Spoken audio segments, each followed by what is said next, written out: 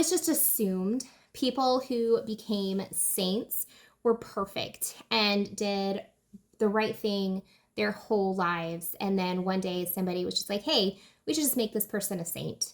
But apparently that is not always the case, or possibly never the case. And the lady in today's story made some creative, but dare I say drastic decisions following the death of her husband and a rather inappropriate marriage proposal. And we're going to be talking about Olga of Kiev, later named Olga of Kiev, patron saint of widows and converts, following her baptism and conversion to Christianity after a somewhat checkered past.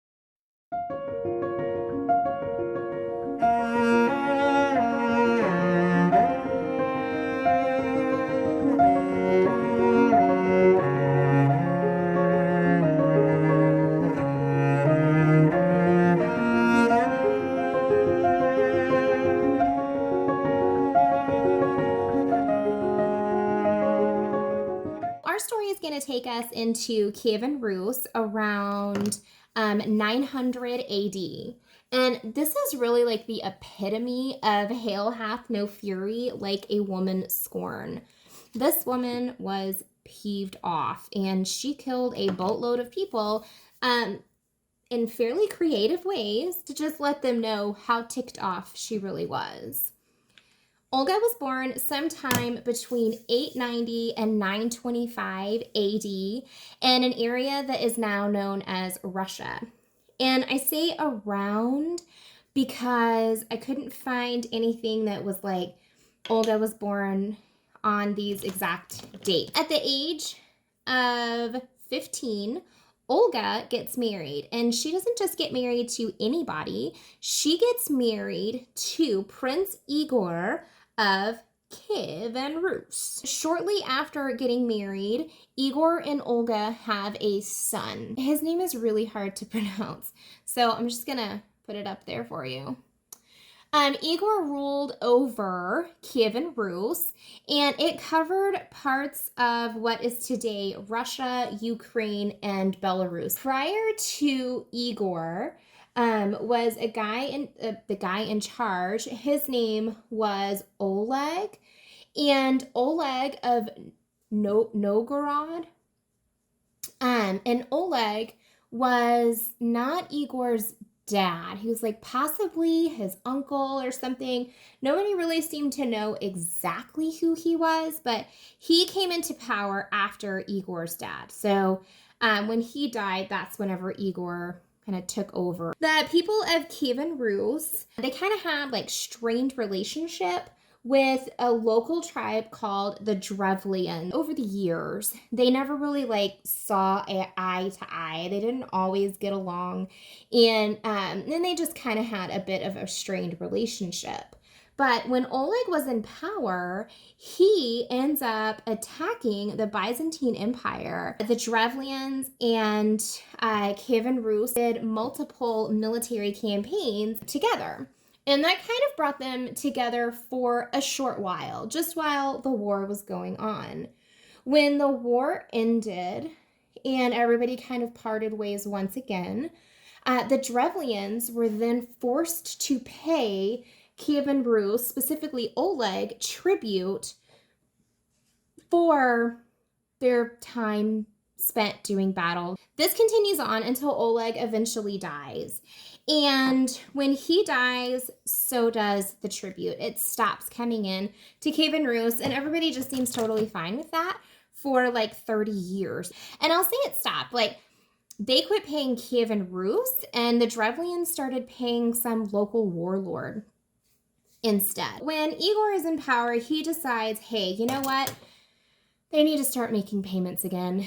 And so I'm going to go and I'm going to let the Drevlians know that I want tribute once again. So Igor takes his military with him because he doesn't want any trouble. He just wants these people to fall in line and do what they're told. So Igor leaves his wife, Olga, and their 3-year-old son, because at this point they had had a child together, and he heads off to get his tribute with his military. When they show up, the Drevlians see he has got a military that is far greater than ours. There's not a whole lot we can do here. Sure, we'll give you the tribute. It's fine. Igor takes the money or whatever the tribute is. I'm assuming it's money. He takes his tribute and he goes on his way. Him and his military, they head back home. Well, on their way home, Igor decides, you know what? This is not enough, and I'm going to need more than what they gave me.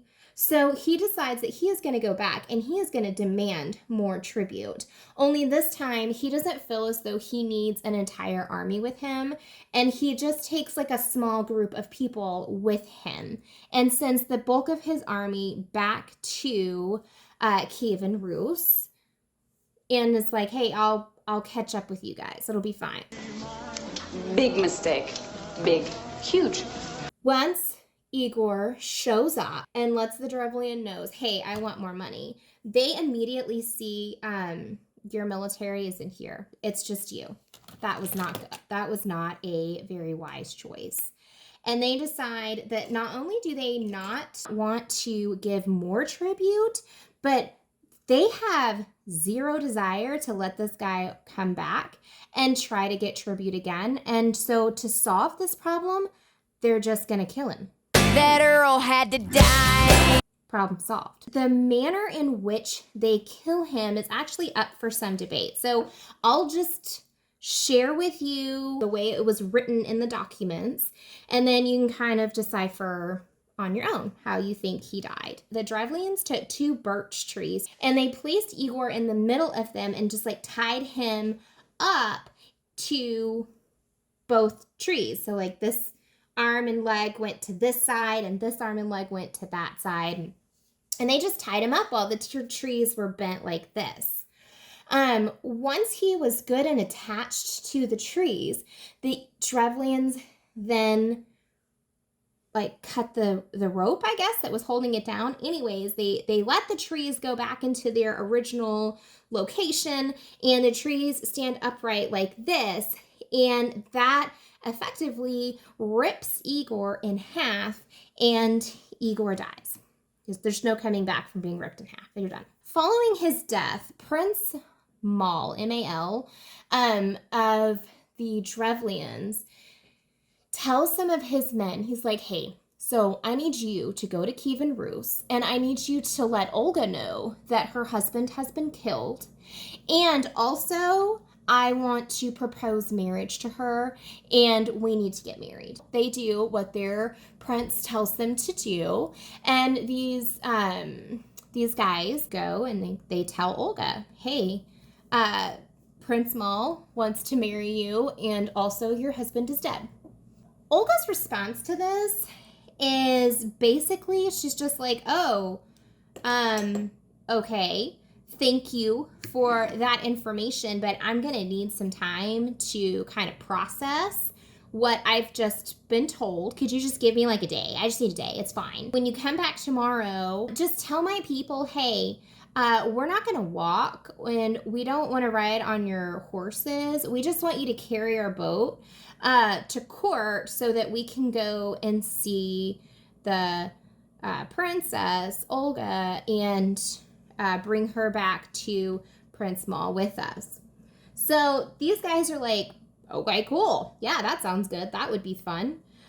So they go back to their boat, and the following day, they do exactly as Olga said. Olga's people do, in fact, pick up this boat. I would imagine it's not like overly heavy, but I don't know, maybe they were super strong. How many assholes we got on this ship anyhow?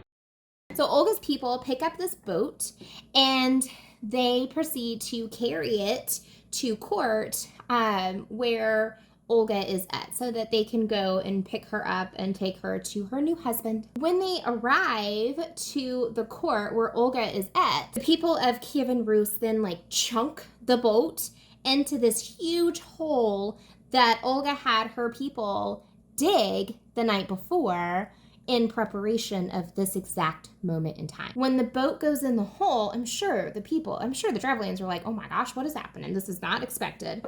I mean, I don't know what's expected whenever somebody's like, yeah, we'll just carry you. It'd be great. Like, you had to know something was going on, but I don't know, whatever. Olga bends down and she looks down at the Drevlians that are in the boat, and she's just like, hey, how do you like me now? Oh, something along those lines. And then she proceeds to tell her people to bury the boat. So they bury the boat, and the Drevlians, they die. They don't make it. Olga takes advantage of the fact that, hey, it's going to take a minute for Prince Maul to know what happened to his people. So this is what we're going to do. We're going to go and we're going to tell them to send their most distinguished men from town. And when they arrive, they can then take Olga to Prince Maul to marry her. So the messenger gets there and tells the prince, just send your most distinguished men and then she'll come. And so he's like, sure, whatever. So he does that. And when the men arrive, Olga tells her people, she's like, I don't want to see them until they've bathed. So maybe they were smelly. I don't know. Not like beef and cheese. You don't smell like Santa. Olga's people do exactly as they are told, and they escort the Drevlians to the bathhouse. When they arrive, the distinguished men, they all begin to wash up as requested of them. And Olga shows up and she bars the doors shut, and then she sets the thing on fire. The whole bathhouse burns to the ground. The doors were locked and on fire, so these guys could not get out. And we're gonna let it burn, burn, burn, burn. So this is the second set of Drevlians that have now been murdered. The first set buried alive, the second one's burnt alive. Olga, again, news is going to take some time to get back to Prince Maul as to what is going on. So Olga tells another messenger, like, hey, go back to the Drevlians and tell them that I want to have a funeral feast. It's a pagan ritual when somebody dies, to do a big funeral feast where there's food and there's drinking and there's a big party to celebrate their life. So she says, tell them to prepare a funeral feast. Make sure that there's lots of mead, which is a honey wine. And I will come, I will mourn my husband, and, and we can kind of move on with our lives. The prince is like, sure, whatever you want. I don't even care. Just get here. So they go back. That's not what I want. They finally,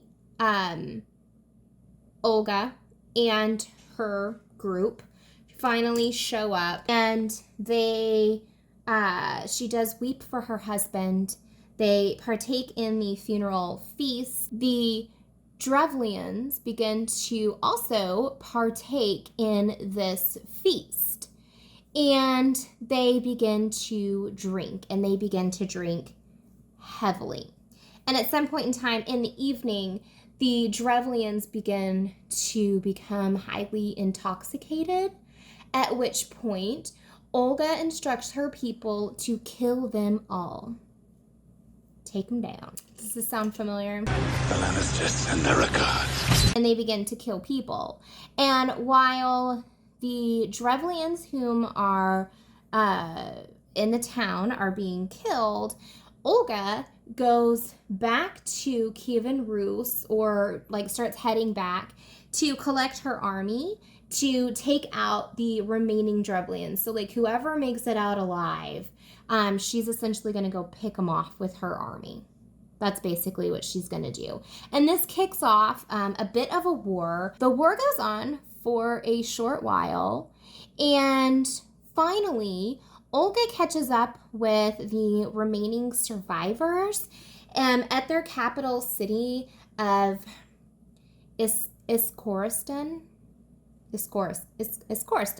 Yeah, that sounds right. So she meets up with them at their capital city, she finds them.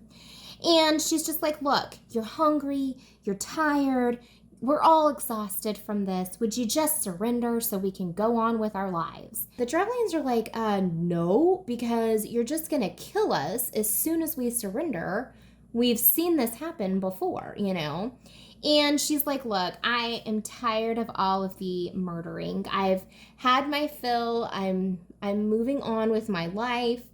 All I want you to do is just surrender. And the only thing that you need to do with your surrender is give me 3 pigeons and 3 sparrows from each household. So give me some birds and I'll be fine. Let's just move on with our day. And so the Drevlians are kind of like cautious, but they're like, okay, yeah, you know what? We're exhausted too. So let's just end this now. So they give Olga the birds, and her army takes them, and the Drevlians go back to their homes, where hopefully all of the fighting, all of the death, all of the destruction is finally over. That evening, Olga instructs her army to tie sulfur and cloth to the foot, or like the feet of the birds, and light them on fire. Olga has the army set the birds free. And the little birdies instinctively, they know where their home is, so they instinctively fly home. And when they arrive home, they set the town ablaze, and the entire town begins to burn to the ground. Terrific! The house is burning down!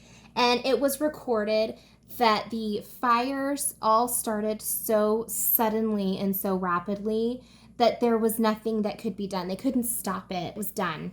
Everything was set ablaze, and the town burnt to the ground. Olga sends her army to then capture the remaining Drevlians. So anybody that survived the fire is then hunted down by Olga's army, and they are captured. Some of them are killed, and most of them are given to Olga's people as slaves. Like, good job, thank you for helping me on my murder streak.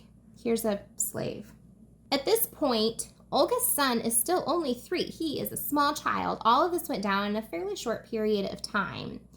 And Olga has a territory to run. She does a lot of great things for her people. She sets up trade within the regions so that all the regions can trade their different goods. And she starts to do a lot of really great things. At some point in time, I don't know exactly when, there is again some debate on when Olga becomes baptized. But at some point in time, Olga does, in fact, become baptized. And the way that it's written is that Olga goes to Constantinople and meets with Constantine. And when she meets with Constantine, she tells him of her intentions of learning about God and becoming baptized within the church. When Constantine sees Olga, he lets her know immediately that he thinks that she is a pretty lady, and he is intrigued.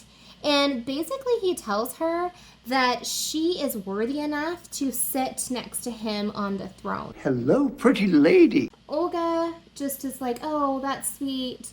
I just want you to teach me about God. That'd be great. Thanks. And so Constantine does. He sits with her. He teaches her about the Bible. He teaches her about the rules of the church, the Orthodox church that he's a part of. And it is said that Olga sat through all of these lessons and was just like taking everything that he had to say in. She was very, very, very interested in in her lessons. Constantine does end up baptizing Olga as she had originally requested. But remember, he had been teaching her not only about God and the Bible, but he had also been teaching her about the rules of the church. And one of the rules of the church was whomever baptizes you is essentially your godfather. So when Constantine baptizes Olga, he refers to her as his daughter. So when Olga is getting ready to go back to Kiev and Rus, Constantine reminds her that he would like to marry her. And Olga just tells him, hey, you baptized me, and that makes you my godfather. Therefore, I cannot marry you because that would be spiritual incest. Constantine, he wasn't mad. He just said, oh, Olga, you have outwitted me. Like, you are so smart. Constantine gifts Olga with vases, silks, gold, silver, and she continues on her way back to Kiev and Rus. When Olga returns, she's like a new person. Oh, I forgot to do my eyebrows. She's like a new person, right? She has learned all about God. She has repented for her sins. She wants to share this with her loved ones because at this time, the bulk of the people in Kiev and Rus, including Olga's son, who is now in control, they are all still pagans. And so Olga really wants to share the gospel with them. And she starts with her son. So Olga tries to share this with her son, and her son is just like not happening. I have no interest in learning anything about God. I have zero interest in converting to Christianity. And I couldn't even if I wanted to, because my people need to respect me, and they would just laugh at me. And I'm not interested in doing that. So of course this saddens Olga, but I'm sure, there was a part of her that kind of understands or understood like where he was coming from. Now, this is during a time when Christians were persecuted regularly for being Christians. Her son kind of gives her like a, look, I'm not interested in this. This is not for me. I like my pagan ways, and I'm just going to continue to live like this. But we won't persecute those who do decide to follow you and who do end up becoming baptized, and we'll just leave them alone, basically. So we won't persecute them for their religious beliefs. And this, I don't know how Olga felt about it, but I feel like this is a pretty good win. No, you didn't, you weren't able to share this time with your son, but you were able to save several from persecution, which is amazing. And Olga was also able to build churches, and she built several churches within the area. Olga also spent a lot of time with her I totally did not do this. With her grandsons. She would tell them Bible stories and tell them about God, and about kind of why she made the decisions that she had made, and try and share that with her grandsons, even though her son was not interested. In 969, Olga becomes very ill. And this is a time when her son is actually preparing to move the empire of Kiev and Rus to a new location. And Olga begs him to wait and to stay with her while she's dying. Her son, he loves his mother. They might have disagreements, but he loves his mother, and so he agrees. And they stay with her. And just a few days later, Olga ends up passing away. And there was a lot of sadness when she passed away from the people, and then of course from her son and her grandchildren. Even though Olga's son did disapprove of her Christian beliefs, he did request that Olga's priest actually conduct a Christian funeral, and instead of a pagan feast, which was kind of the tradition when somebody had died. Typically, 19 years after her death, Olga's grandson Vladimir does convert to Christianity, and he continues to spread the word of God throughout their region, and continuing on with his grandmother's work of building churches and converting other pagans to Christianity.